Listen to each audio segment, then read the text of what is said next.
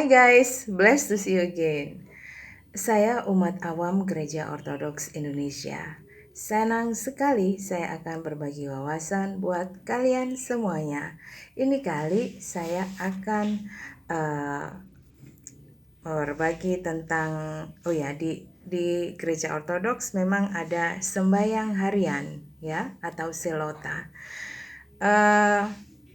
Ini digunakan untuk menjaga rahmat atau kasih karunia yang sudah Tuhan berikan kepada umat percaya, agar rahmat ini atau kasih karunia ini tetap ada di dalam diri umat percaya melalui iman dan kuasa Roh Kudus.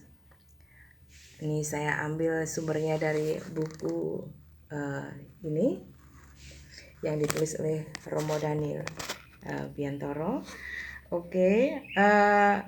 Maka di antara minggu ke minggu hidup manusia Kristen Ortodoks diatur dalam kehidupan ibadah harian. Ibadah harian itulah sembahyang 7 kali yang berpusatkan pada misteri dan peristiwa Kristus. Yang pertama nih guys, sembahyang jam pertama atau sembahyang singsing fajar adalah kelanjutan dari pembakaran ukupan pagi di Bait Allah, Perjanjian Lama. Sembahyang ini dilakukan pada saat matahari atau terang jagat ini mulai terbit atau muncul.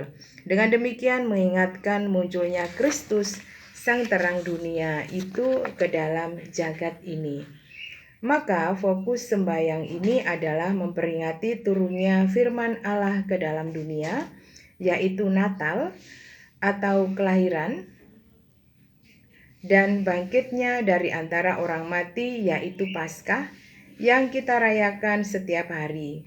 Ya, ini mungkin kalau di umat Islam seperti sembahyang jam sembahyang subuh ya. Kemudian ada sembahyang jam ketiga adalah memperingati turunnya Roh Kudus, dilakukan pada jam 9 pagi pada hari Pentakosta. Kisah Para Rasul 2 ayat 1 dan 15. Dengan demikian kita selalu diperingatkan akan makna Krisma yang telah kita terima setiap harinya. Nah, ini kalau di umat Islam sembahyang duha ya, jam sembahyang duha ya, sekitar jam segitu kan. Lalu sembahyang jam ke-6 dilakukan jam 12 tengah hari, yaitu saat di mana Kristus disalibkan, untuk mengingatkan kita agar kita juga siap menyalibkan diri kita dari segala kehendak yang jahat. Nah, kalau di tengah hari sekitar jam 12 ya. Itu kalau di umat Islam sembahyang duhur kan. Kalau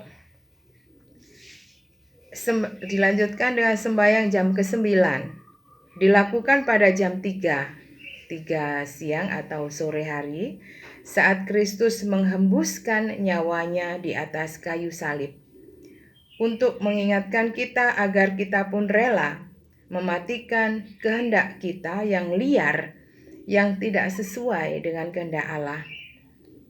Nah, kalau di umat Islam ini sembahyang asyar, benar kan? Sekitar jam 3-an ya. Dilanjutkan sembahyang senja. Sembahyang senja ini adalah kelanjutan dari pembakaran ukupan sore dari dalam Bait Allah Perjanjian Lama, dan saat ketika Kristus dikubur, untuk mengingatkan kita sekarang ini waktunya beristirahat dan saatnya mengingat bahwa dunia sedang dalam kegelapan yang akan menyongsong datangnya fajar di esok hari, sebagai lambang bahwa dunia diselimuti dosa. Namun Kristus yang tergeletak dalam kuburan akan bangkit di esok harinya sebagai pemberi fajar keselamatan. Ini sekitar seperti jam sembayangnya umat Islam ya, sembayang maghrib saat itu kan, petang hari ya. Dilanjutkan sembahyang Purna Bujana. Ini adalah sembahyang penyerahan diri kepada Allah karena kita akan masuk dalam lambung maut yaitu tidur. Sama seperti Kristus menyerahkan nyawanya kepada Allah ketika hendak menghembuskan nafasnya yang terakhir di atas salib. Nah, ini sekitar jam sembahyang Isya di umat Muslim ya. Atau maaf, di umat Islam. Terus dilanjutkan dengan sembahyang Ratri Madya atau tengah malam, dilakukan pada saat tengah malam untuk mengingatkan kita bahwa Kristus akan datang lagi seperti pencuri di tengah malam. Maksudnya bukan pencuri yang itu ya. Jadi seperti biasanya kalau maling itu kan datangnya di pas saat sepi ya, tengah malam orang tertidur gitu maksudnya ya. Sehingga kita patut terus berjaga-jaga. Nah, sehingga kita seharusnya berjaga-jaga ya. Maka kita akan disadarkan bahwa akhir zaman dan kiamat itu pastilah datang. Nah, itu seperti sembahyang tahajud dalam Islam kan. Kalau di Islam itu harus tidur terlebih dahulu, baru nanti tengah malam atau di atasnya itu sembahyang tengah malam ya.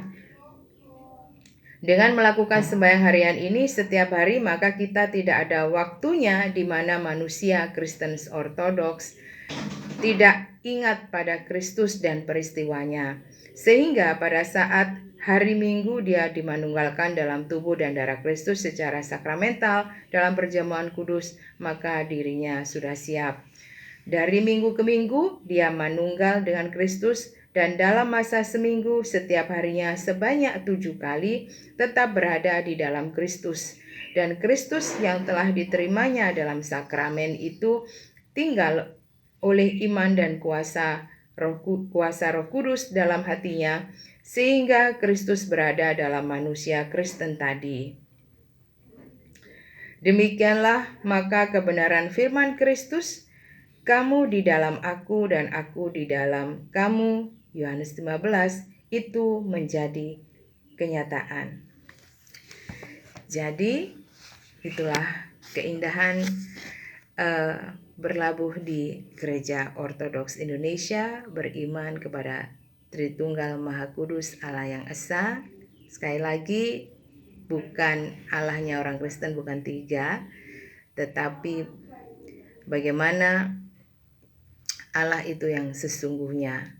Puji Tuhan, semoga ini memberikan wawasan bagi kalian semua, dan semoga dengan jika ada yang meninggalkan agama yang lama, sekali lagi bahwa agama Kristen bukan bukan untuk pelarian, tetapi pengenalan akan Kristus yang benar, dan kita tetap ada dalam disiplin rohani dengan manunggal bersama Bapa, Putra, dan Roh Kudus Allah yang Esa.